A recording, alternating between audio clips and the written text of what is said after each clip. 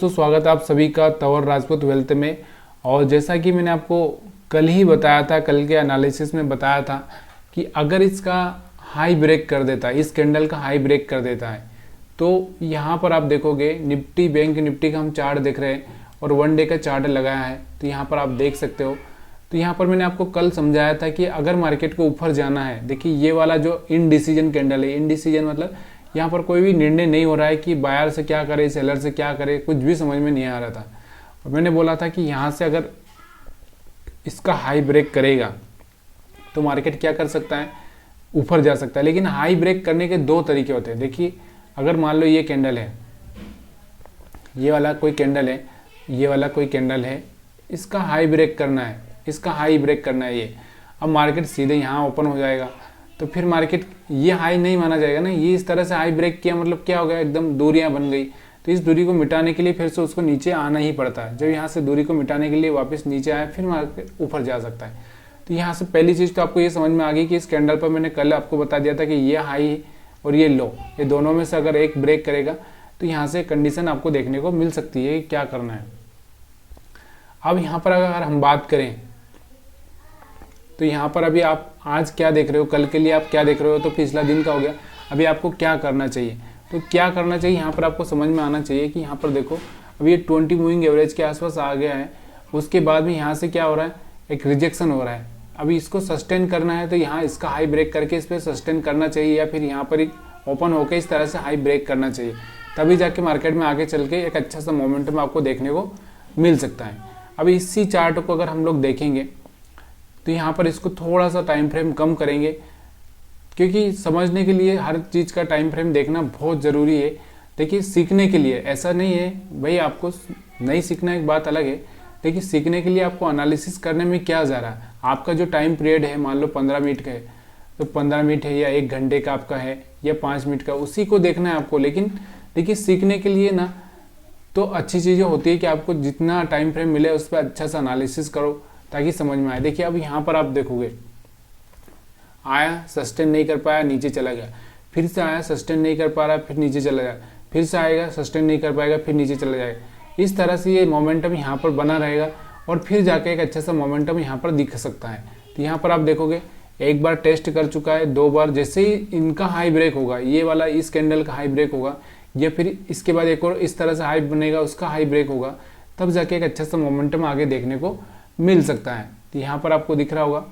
तो यहाँ से तो अभी कुछ भी बाइंग सेलिंग का कुछ भी यहाँ से क्लियरिटी नहीं आ रहा है, क्योंकि यहाँ से तो रेड कैंडल है लेकिन यहाँ से रिजेक्शन हो रहा है बार बार। तो यहाँ से कुछ ज़्यादा अंदाज़ा हम लगाएंगे नहीं, 4 घंटे में कोई अंदाज़ा हमारा लग नहीं रहा है यहाँ से बराबर से। अब हम इसको 1 घंटे के चार्ट पर लेके आते हैं, 1 घंटे के चार्ट पर देखते हैं।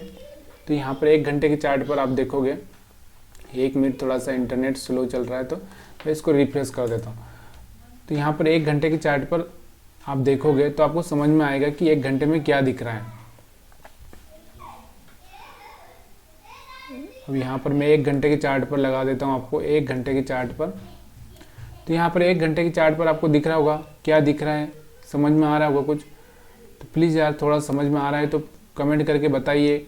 देखिए यहाँ से समझ में आ रहा है आपको, एक जो ये ट्रेंड लाइन है, ये ट्रेंड लाइन है, ये जो ट्रेंड लाइन को ही बार बार टेस्ट करके रिजेक्शन हो रहा है, फिर इसको टेस्ट कर रहा, फिर रिजेक्शन हो रहा, फिर इसको टेस्ट करेगा। इस तरह से जब तक ये रिजेक्शन लेता रहेगा तब तक आपको सेल करना है, जब ये उसके ऊपर आ जाएगा तब जाके आपको बाई करना है। तो यहाँ से अगर हम बात करें तो 20 मूविंग एवरेज के ऊपर आ चुका है, लेकिन देखिए 20 मूविंग एवरेज के ऊपर आ चुका है, जब उसका हाई ब्रेक होगा, किसी ग्रीन कैंडल का हाई ब्रेक होगा, तब जाके आप वहाँ से बाइंग का सोच सकते हैं।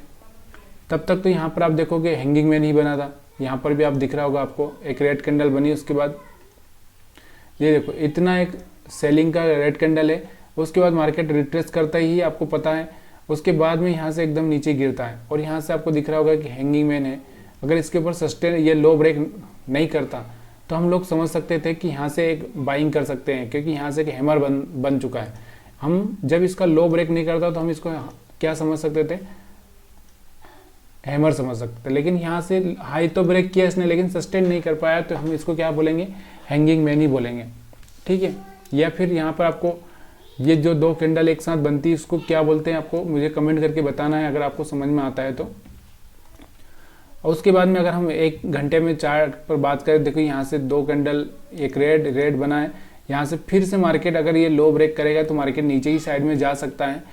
फिर मार्केट के पास में 44,100 का फिर से यहाँ पर आपको सपोर्ट देखने को मिल सकता है। अगर ये हाई ब्रेक नहीं करता है और यहाँ से हाई ब्रेक करता है तो फिर मार्केट में अपसाइड मोमेंटम देखने को मिल सकता है। 1 घंटे के चार्ट पर हम लोग ये देख रहे हैं। दूसरा क्या है, 20 मूविंग एवरेज के ऊपर सस्टेन करने की कोशिश कर रहे हैं, तो यहाँ से मार्केट इसका हाई ब्रेक कर सकता है, फिर ऊपर जा सकता है। तो जब तक 20 मूविंग एवरेज के ऊपर सस्टेन कर रहा है तब तक थोड़ा सा चांसेस आपको मिल ही जाता है। और कल मैंने आपको क्या बोला था, कल मैंने बोला था कि 1 घंटे के चार्ट पे भी अपने को बराबर से क्लियरिटी नहीं आ रही, लेकिन थोड़ा सा सेलिंग प्रेशर अगर ये लो ब्रेक करता है या हाई ब्रेक करता है तो ऊपर नीचे हो सकता है।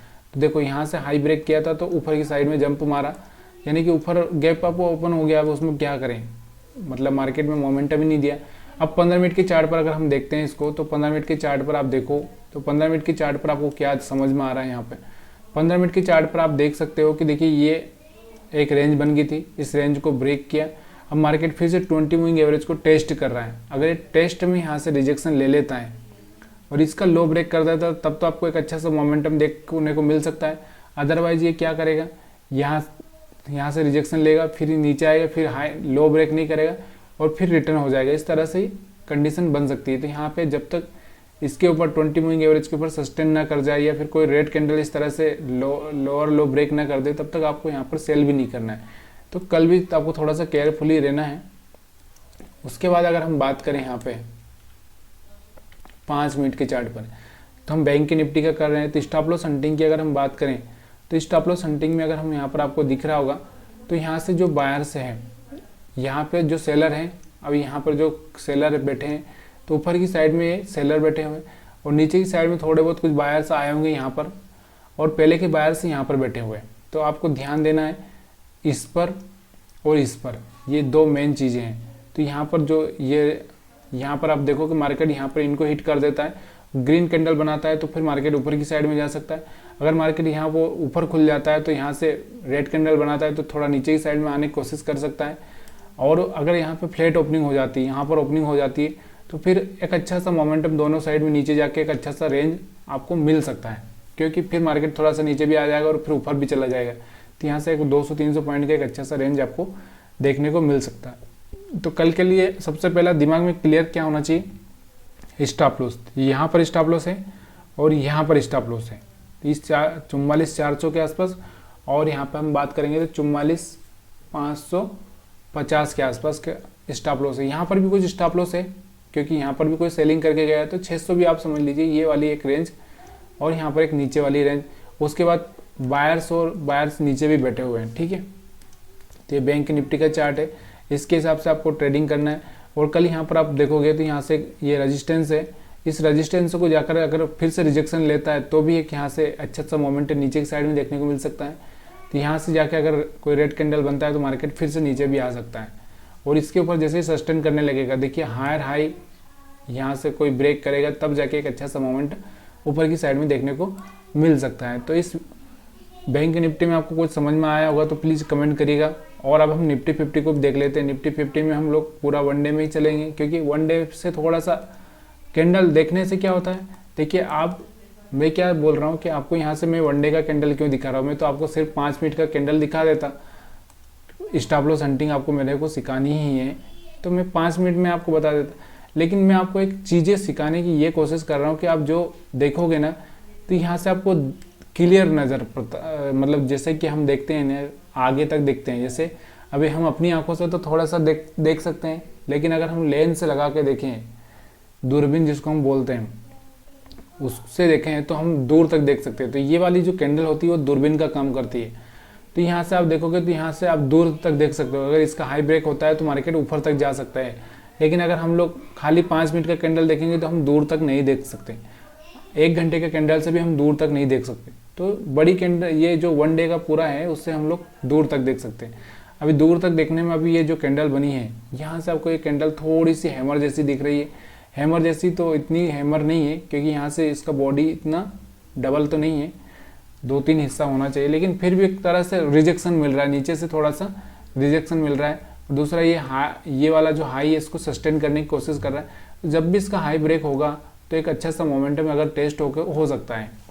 लेकिन अगर लो ब्रेक होगा तो फिर आपको पता ही है कि लो ब्रेक होगा तो फिर मार्केट में फिर से एक सेलिंग आएगी, 20 मूविंग एवरेज को टेस्ट करेगा और फिर से मार्केट ऊपर जा सकता है। तो यहाँ पर आपको ये देखना चाहिए इस चीज़ से कि यहाँ पर अभी रेजिस्टेंस पर खड़ा है मार्केट, और यहाँ पर अगर हम सपोर्ट की बात करें तो सपोर्ट में ये वाला सपोर्ट है 700 के आसपास का सपोर्ट है, यहाँ पर ये वाला सपोर्ट। तो यहाँ पर सपोर्ट के हिसाब से भी आप देख सकते हो और इसको ऐसे भी देख सकते हो। तो ये आपको समझ में आना चाहिए। कल मैंने आपको बताया था कि इनसाइड कैंडल बनी है, ये इनसाइड कैंडल बनी है तो इसका हाई ब्रेक होगा तभी जाके आपको बाई सेल का एक नज़रिया समझ में आएगा। अब हम इसको इसी चार्ट को हम देखते हैं 4 घंटे में। 4 घंटे में आपको क्या दिख रहा है, देखिए 4 घंटे में कोशिश कर रहा है, देखिए 4 घंटे में ये कोशिश कर रहा है ऊपर निकलने की। अगर कल एक अच्छा सा ग्रीन कैंडल बन जाता है तो मार्केट के पास में अभी ऊपर की साइड में एक अच्छा सा मोमेंटम देखने को मिल सकता है 20,000 और 20,100 तक का। तो यहाँ से एक ग्रीन कैंडल बनना चाहिए, इसका हाई ब्रेक होकर ग्रीन कैंडल बनना चाहिए तभी जाके आपको क्लियरिटी समझ में आएगी। उसके बाद में अगर हम लोग बात करें 1 घंटे की, तो 1 घंटे में आपको क्या दिख रहा है, देखिए 1 घंटे में भी आपको वही दिख रहा है कि बार बार इस रेजिस्टेंस को टच करके आ रहा है, मार्केट रिजेक्शन ले रहा है, फिर इसको टेस्ट करेगा और फिर अगर ये पार कर देता है तो यहाँ से 19,850 के ऊपर सस्टेन करने लग जाएगा। तो फिर यहाँ से एक अच्छा सा मोमेंट में आपको 20,000 तक का, 20,100 तक का देखने को मिल सकता है। उसके बाद में और भी अगर हम बात करें यहाँ पर इसको छोटे टाइम फ्रेम में, 15 मिनट के टाइम फ्रेम में, तो 15 मिनट के टाइम फ्रेम में अगर आप देखोगे तो यहाँ से 20 मूविंग एवरेज को जो रेजिस्टेंस है, इस रेजिस्टेंस को टेस्ट कर रहा है। यहाँ से अगर कोई फेलियर होता है, यानी कि यहाँ से इस कैंडल का लो ब्रेक होता है, तो थोड़ा सा सेलिंग का आपको प्रेशर देखने को मिल सकता है। और सेलिंग का यहाँ तक आप देख सकते हैं 19,770 तक का आप यहाँ पर देख सकते हैं, 70-60 तक का, 19,760 तक का यहाँ पर आप लेवल देखने को मिल सकते हैं अगर यहाँ से सेल होता है तो। और अगर सेल नहीं होता है तो यहाँ से आपको थोड़ा सा रिट्रेसमेंट होगा 19,800 तक का, और उसके बाद में मार्केट ऊपर की साइड में भी जा सकता है। तो दोनों ही तरह से आपको थोड़ा सा इस चीज़ को रखना बहुत जरूरी है। देखिए ये एक रिट्रेसमेंट है इस तरह से, और ये अगर इस तरह से थोड़ा सा नीचे आता है फिर ऊपर की साइड में जाने की कोशिश करता है तो फिर यहाँ से एक अच्छा सा ऊपर की साइड में मोमेंटम आपको देखने को मिल सकता है। अब इसी चार्ट को हम लोग स्टॉप लॉस हंटिंग के हिसाब से देखेंगे। तो स्टॉप लॉस हंटिंग के हिसाब से यहाँ पर आपको देखने को क्या मिल रहा है, तो यहाँ से स्टॉप लॉस हंटिंग के हिसाब से आप मेरे को बताइए स्टॉप लॉस कहाँ पे पड़े हैं। देखिए यहाँ से जो बायर्स आए हैं तो ये भी निकल चुके हैं, थोड़े बहुत बायर्स ये भी निकल चुके हैं। यहाँ तो नीचे की साइड में तो कुछ खास है नहीं, तो यहाँ सेलर के यहाँ पर पड़े हुए हैं और बायर से यहाँ पर पड़े हैं। तो 19,800 के आसपास, 19,800 के आसपास में यहाँ पर आपको दिख रहा होगा ये एक सपोर्ट है। उसके बाद हम देखेंगे तो 19,850 यहाँ पर एक सेलिंग प्रेशर जनरेट हो सकता है। 19,850 एक रेजिस्टेंस है 19,850, तो ये 50 पॉइंट की जो रेंज है, इस रेंज को आपको थोड़ा सा देखकर चलना चाहिए। तो यहाँ से अभी 20 मूविंग एवरेज के ऊपर ही सस्टेन करने की कोशिश कर रहा है। जैसे इसका हाई ब्रेक होगा तो बाइंग मिल सकती है। बाइंग कहाँ तक हो सकती है आपको, तो यहाँ 19,850 60 तक जा सकता है। अगर उसके बाद में मार्केट में ऊपर की साइड में और अच्छा सा मोमेंटम देखने को मिलता है तो फिर आप कंटिन्यू कर सकते हो, अदरवाइज यहाँ से मार्केट फिर से रिजेक्शन लेने की कोशिश कर सकता है। और ये अगर यहाँ से इसको लो ब्रेक करता है तो टेस्ट करके ही लो ब्रेक करेगा, तो फिर यहाँ पे आपको मैंने आपको लेवल बताया 19,760 तक, फिर उसके बाद में ये 2-3 लेवल यहाँ पर भी नीचे पड़े हैं। तो ये कल के हिसाब से ही हम देखेंगे कल मार्केट क्या करता है, कैसे ओपनिंग करता है। यहाँ तो स्टॉप लॉस हंटिंग के हिसाब से सिर्फ 2 ही चीज़ें देखने को मिलती है, एक तो ये वाली रेंज और इसके बाद एक ये वाली रेंज। इसके हिसाब से अब मार्केट इसको पहले इसको हिट करेगा कि इसको हिट करेगा, ये आपको देखना है। उसके हिसाब से मार्केट का मोमेंटम आप डिसाइड कर सकते हो। तो ये वीडियो अगर आपको पसंद आ रहा हो, समझ आ रहा है तो प्लीज़ यार लाइक शेयर कमेंट जरूर करिएगा। अभी हम बात कर लेते हैं सेक्टर वाइज की। तो सेक्टर की अगर हम बात करें तो कौन से सेक्टर ने अच्छा सा मोमेंटम दिखाया है वो थोड़ा सा मैं आपको बता देता हूँ, क्योंकि सेक्टर भी देखना बहुत ज़रूरी है। क्योंकि जब आप स्टॉक का सिलेक्शन करते हो तो ये सेक्टर से ही पता चलता है कि कौन से स्टॉक को मैं बाई करूँ, कौन सा नहीं करूँ। तो यहाँ पर अगर मैं आपको बताऊँ कि IT सेक्टर में कुछ खास नहीं है। जो सेक्टर अगर कोई कमाल कर रहा है अभी, तो वो यहाँ पर मैं बता देता हूँ आपको थोड़ा सा कौन सा अच्छा चल रहा है अभी। तो यहाँ पर अगर हम देखें तो अभी जो देखने को जिसमें एक अच्छा सा मोमेंटम देखने को मिल रहा है वो ऑयल एंड गैस में थोड़ा सा देखने को मिल रहा होगा। ये कुछ गलत दिखा रहा है, शायद यहाँ पे फिर से रिफ्रेश करना पड़ेगा। कभी कभी ये चार्ट पर बहुत सारी चीज़ें ऐसी दिखने लगती है कि समझ में नहीं आता कि। तो यहाँ पर देखो ऑयल एंड गैस थोड़ा सा अच्छा सा कर रहा है। यहाँ पर आप देखो कि 20 मूविंग एवरेज के ऊपर आ चुका है, थोड़ा सा सस्टेन करके फिर टेस्ट करके फिर जाएगा तो अच्छा सा मोमेंटम दिखा सकता है। उसके बाद में अगर हम बात करें और भी कोई सेक्टर है जो अच्छा सा काम कर रहा है, तो आज कौन सा है, देखो यहाँ पर निफ्टी एनर्जी ने भी अच्छा सा काम किया है। आज निफ्टी एनर्जी भी एक अच्छा सा चल रहा है, एनर्जी वाले स्टॉक्स भी आपको अच्छा सा मोमेंटम दिखाने की कोशिश कर रहे हैं। तो बस ये दो ही सेक्टर है, ज़्यादा कुछ खास है नहीं। और थोड़ा सा आपको ज़्यादा व्यू चाहिए तो आप थोड़ा सा देखेंगे तो जाके आपको देखने को मिलेगा। फर्टिलाइज़र की अगर हम बात करें तो फर्टिलाइज़र वाले शेयर से इस टाइम में थोड़े से भाग रहे हैं। तो अभी हम ज़्यादा वीडियो को लंबा नहीं करेंगे, स्टॉक्स का हम अगर अलग से एनालिसिस करेंगे ताकि आपको स्टॉक्स का एनालिसिस मैं अलग से समझाऊं, क्योंकि वीडियो लंबा हो जाता मज़ा नहीं आता। तो हम स्टॉक्स के बारे में बाद में बात करेंगे।